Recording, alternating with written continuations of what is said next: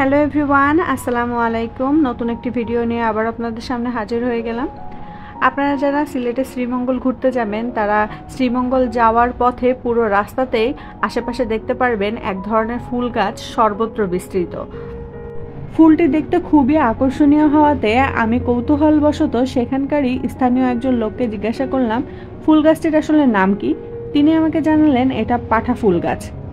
আমি আবারও তাকে প্রশ্ন করলাম যে কেন এই ফুল গাছটির নাম পাঠা ফুল গাছ রাখা হয়েছে। তিনি আমাকে জানান সেখানকার পাঠা অর্থাৎ ছাগল এই ফুল গাছগুলো খুব বেশি পরিমাণেই খেয়ে থাকে, এই কারণে একে পাঠা ফুল গাছ নাম দেওয়া হয়েছে। জানি না তার দেওয়া তথ্য কতটা সঠিক, কিন্তু তিনি আমাকে যা বলেছেন সেটাই আমি আপনাদের সাথে শেয়ার করলাম।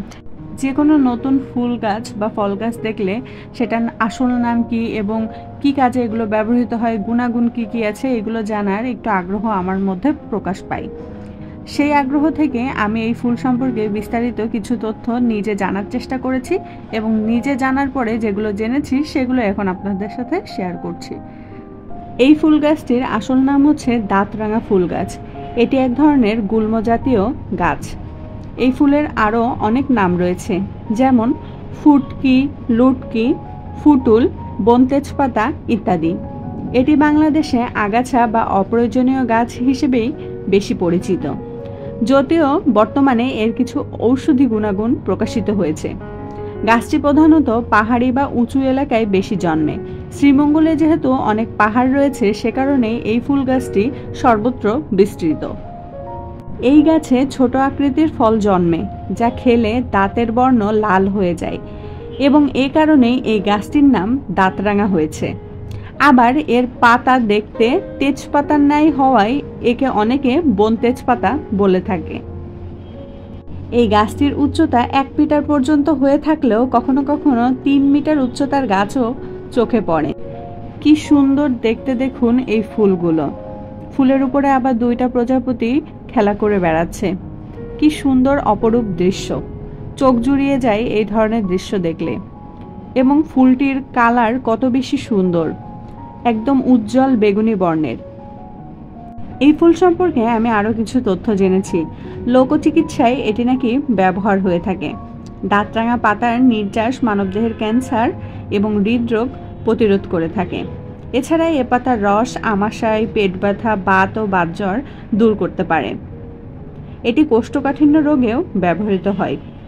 কে জানতো এরকম একটা ফুল গাছের এত বেশি প্রয়োজনীয়তা রয়েছে।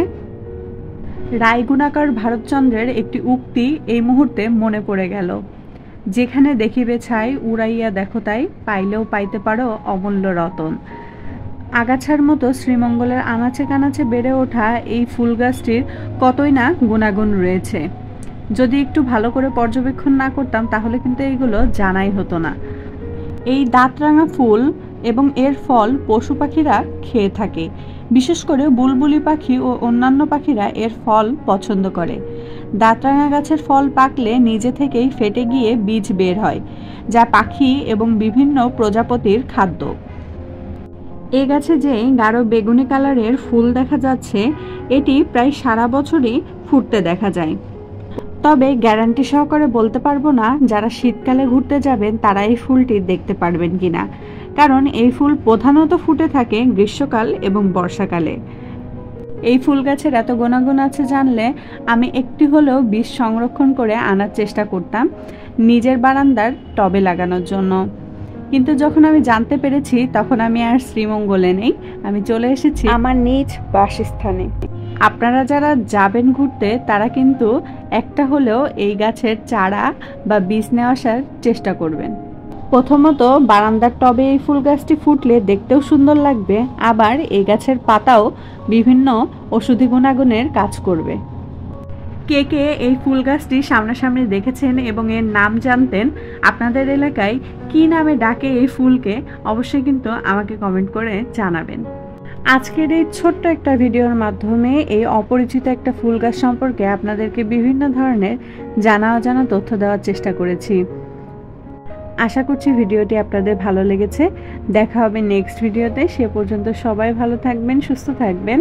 আসসালামু আলাইকুম, আল্লাহ হাফেজ।